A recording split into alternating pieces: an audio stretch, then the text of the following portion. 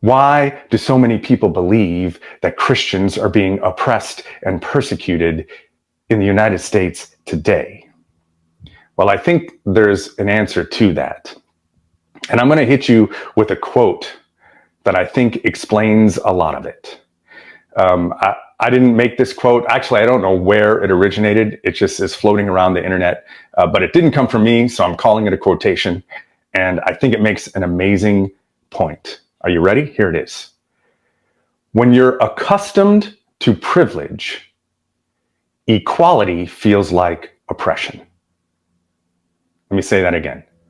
When you're accustomed to privilege, equality feels like oppression. It's like this. Imagine you have spent your whole life from when you were a little kid, and you always got to go to the front of the line. You always got to be the first person, right? To meet Santa, or to buy whatever it is you wanted to be, or to ride the ride. You always got to be first in line.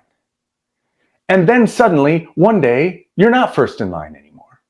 Now you're in the middle of the line. And then some days you're way at the back of the line. And you only rarely get to be in the front of the line anymore. To you, that's going to feel like you've been pushed to the back of the line.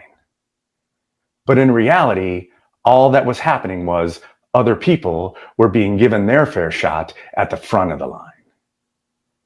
When you're accustomed to privilege, equality feels like oppression. And so we'll tell ourselves that people hate us, people hate Christians because of our faith. When really, it's often just because of how badly Christians treat other people. We'll tell people that we're not allowed to say Merry Christmas anymore, when really people are just recognizing that there's other people that are not Christian that celebrate other holidays during this holiday season. And we do all that stuff so that we can feel less guilty about being the ones in the positions of power and privilege. But there's no need for that. There's no need to feel guilty about it.